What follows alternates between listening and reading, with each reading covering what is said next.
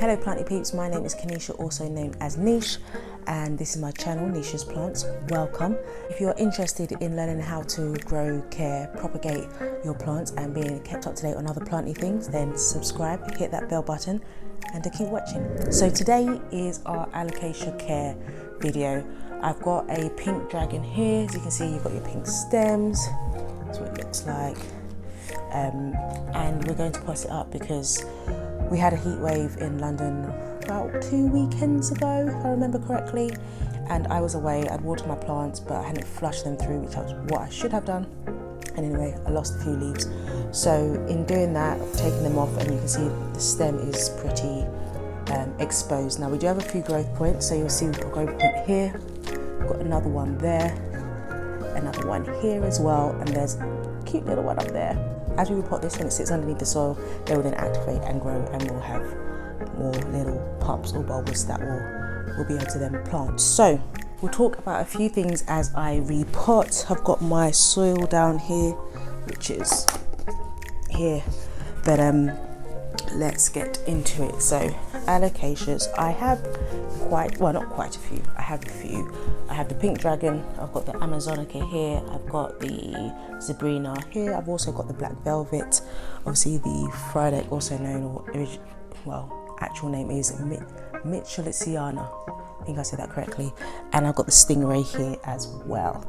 So quite a few.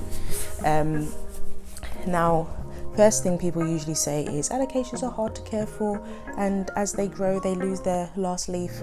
Some alocasias do that, not all of them. Now on my Zebrina, I've been able to maintain quite a few leaves as it is.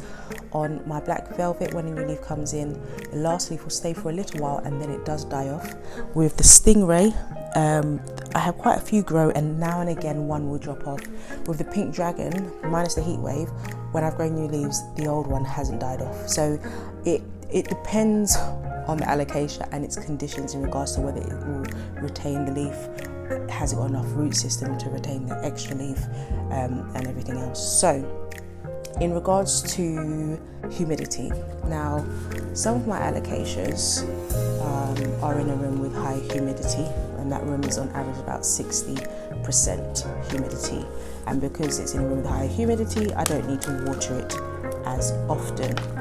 Now those plants that aren't in a room with humidity that high, so my Stingray, my Amazonica, and now my Zebrina, because I've moved it in my living room recently, I will water them more frequently.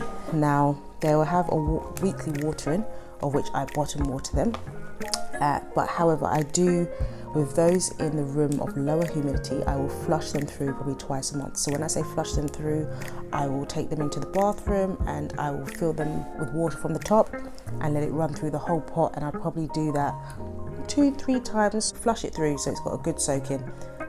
Every other time I only water them when they're almost dry. So these are the roots, decent roots as you can see. When I repot it, I'm going to pot it up to here, so all of this will be underneath the soil. Just to recap, lower humidity, I water it more frequently or flush the pot through so that the soil stays moist for longer.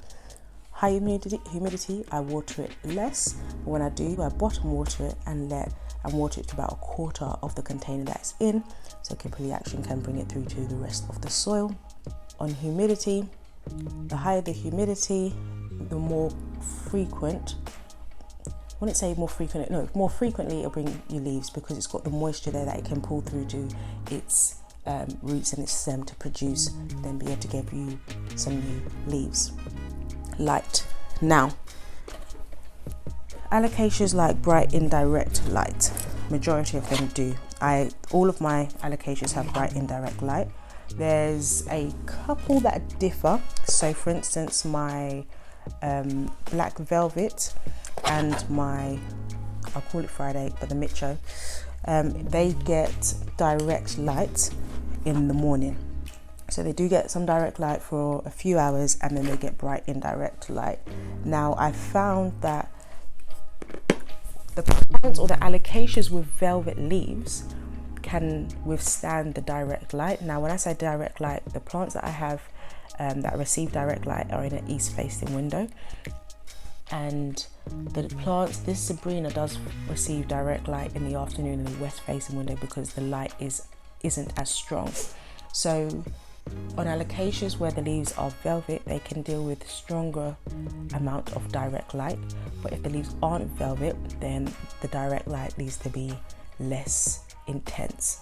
I did at one point have my pink dragon in the east facing window, and it was kind of east going east west, and it got direct sun and it started to bleach the leaves, so they can't take it. So generally bright indirect light so that the light doesn't directly sit on the leaves. So then that's light. Otherwise, if you have grow lights for them, they're absolutely fine with grow light soil. My alocasias love coco coir. Like when I put them in coco coir, the roots go crazy.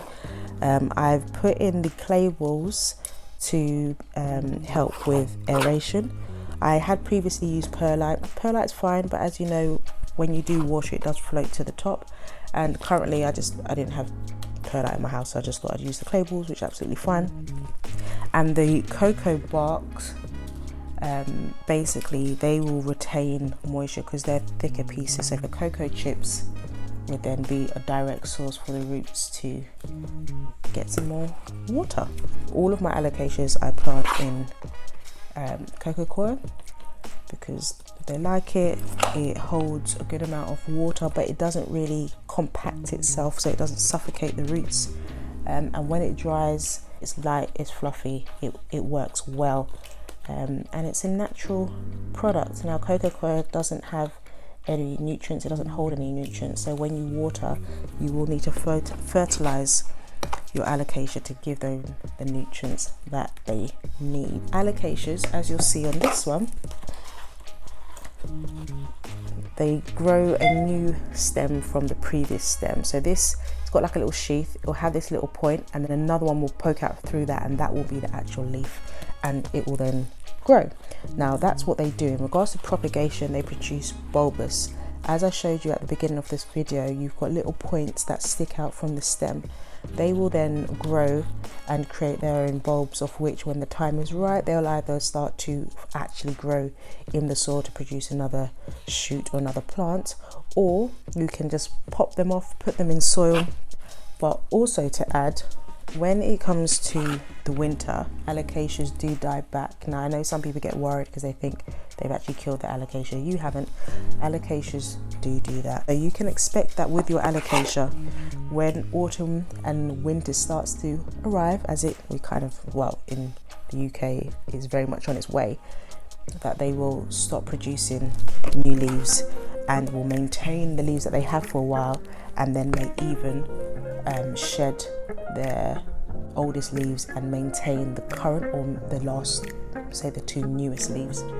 Now I think we're pretty much good with this. Let's recap. In regards to humidity, the higher the humidity, the quicker new shoots will come through. Lower humidity, they just take a longer period of time to form. In regards to watering, higher humidity, you can water less frequently. It still means the water once a week as you would, but you don't need to soak the pot.